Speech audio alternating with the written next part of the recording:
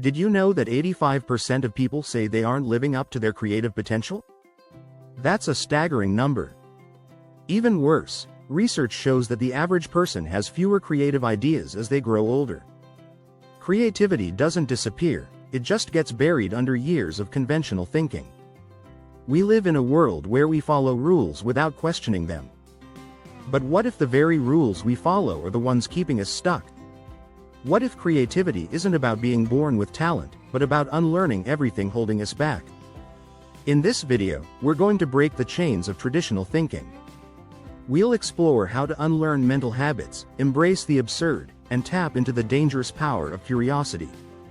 I'll show you how to bring play back into your work, feed your brain diverse inputs, and control the chaos that fuels creative genius. This isn't just about thinking outside the box, it's about tearing the box apart. Let's get started. Chapter 1. Unlearning the ordinary. Breaking free from mental defaults. Most people don't realize how much of their thinking is automatic, shaped by years of repetition and routine. It's like driving home from work on autopilot. You're not really thinking, just following the path you've always taken. When it comes to creativity, this is a big problem. Creativity is about breaking free from these mental ruts. One way to start unlearning these habits is by recognizing them. Ask yourself, why do I think this way? A great example comes from Edward de Bono's book, Lateral Thinking, where he explains that creative thinking is about restructuring our brain's patterns. The brain loves patterns, but creativity demands breaking them. Try this. For one day, do the opposite of your usual habits. If you always take the same route to work, take a completely different one. This little disruption will force your brain to look at things differently. You'll start noticing things you never paid attention to before. This small shift in behavior can lead to bigger shifts in how you think. According to a study by neuroscientist Gregory Burns, when people experience something novel, their brain's dopamine levels increase. This doesn't just make you feel good, it actually rewires your brain, making it more open to creative thinking. So, if you want to be more creative, you've got to force your brain out of its comfort zone. Another technique is reframing problems. De Bono suggests that instead of tackling a problem head-on, try looking at it from a completely different angle. Ask yourself, what if this wasn't a problem at all? What if it was an opportunity? This change in perspective is crucial for creativity. Chapter 2. Embrace the absurd. Finding genius in the nonsensical. Some of the best ideas come from what seems like pure nonsense at first. Think of Salvador Dali's surreal paintings or the idea of ride-sharing apps, which once sounded ridiculous. But that's the thing. Creativity often starts with absurdity. In fact, a study from the University of California found that engaging in absurd, illogical thinking exercises increased participants' ability to solve problems creatively. So, next time an idea seems too weird, it might be worth exploring. There's an exercise called random word association, where you pick two unrelated words and try to find connections between them. For example, what do bicycle and clouds have in common? At first, nothing, right? But if you push through that discomfort and keep going, you might find some unexpected connections, like clouds representing freedom and bicycles giving you a sense of freedom on the road. The absurd forces your brain to think in new ways. Picasso said, "Everything you can imagine is real." By embracing the ridiculous, you allow your imagination to stretch and create new ideas. You can even take it a step further by using deliberate absurdity. Give yourself the challenge of coming up with the craziest, most impossible solution to a problem. The more absurd, the better. The trick is to not judge your ideas too quickly. Alex Osborne, the father of brainstorming, once said, "It's easier to tone down a wild idea than to think up a new one." Let your brain roam free first, and worry about making it practical later. Chapter 3. Curiosity. The art of asking dangerous questions. Curiosity is one of the most underrated traits when it comes to creativity. But not just any curiosity, it has to be the kind that asks tough, uncomfortable questions. Albert Einstein famously said, "I have no special talent. I am only passionately curious." This relentless curiosity is what led him to challenge conventional wisdom and think of groundbreaking theories. We often ask safe, surface-level questions. But true creativity lies in asking the dangerous ones, the questions that challenge the status quo. Start by questioning your assumptions. For instance, if you assume something has to be done this way, ask why. Who said? Is there another way? In fact, according to a study by the Harvard Business Review, asking open-ended questions that begin with how, why, or what if is key to stimulating creative thinking. These types of questions force you to think deeper and explore beyond the obvious. One strategy is to practice the 5 whys method. Ask why 5 times in a row, digging deeper each time. For example, if you want to improve a product, ask, why does this feature exist? Why do users interact with it that way? Why haven't we explored alternatives?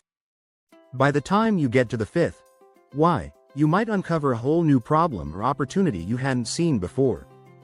Curiosity isn't just about asking questions, though. It's also about seeking out new experiences.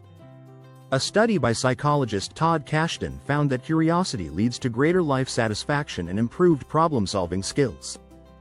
So, feed your curiosity. Explore new hobbies, read books outside your usual genre, and dive into topics that are completely foreign to you. In short, creative thinking starts with the courage to ask the right questions, and sometimes the uncomfortable ones. If you can make curiosity a habit, creativity will follow naturally. If you're enjoying these ideas, don't forget to subscribe for more insights on unleashing your creativity. Chapter 4. The Playful Mindset. Transforming work into exploration. Creativity flourishes when you're having fun. It sounds simple, but many people forget this. We tend to think that work has to be serious, structured, and rigid. The truth? Play and creativity go hand in hand. When you allow yourself to be playful, you unlock new ways of thinking. This isn't just for artists or writers. Even scientists and business leaders use play to generate breakthrough ideas. Look at Google, for example. The company encourages employees to spend 20% of their time working on passion projects.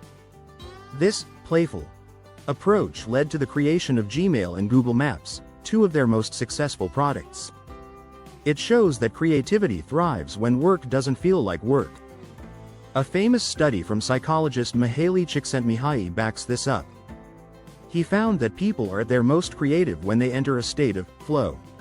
This happens when they're deeply engaged in an activity, usually one they enjoy. You lose track of time, your focus sharpens, and ideas just seem to come out of nowhere. The quickest way to enter flow?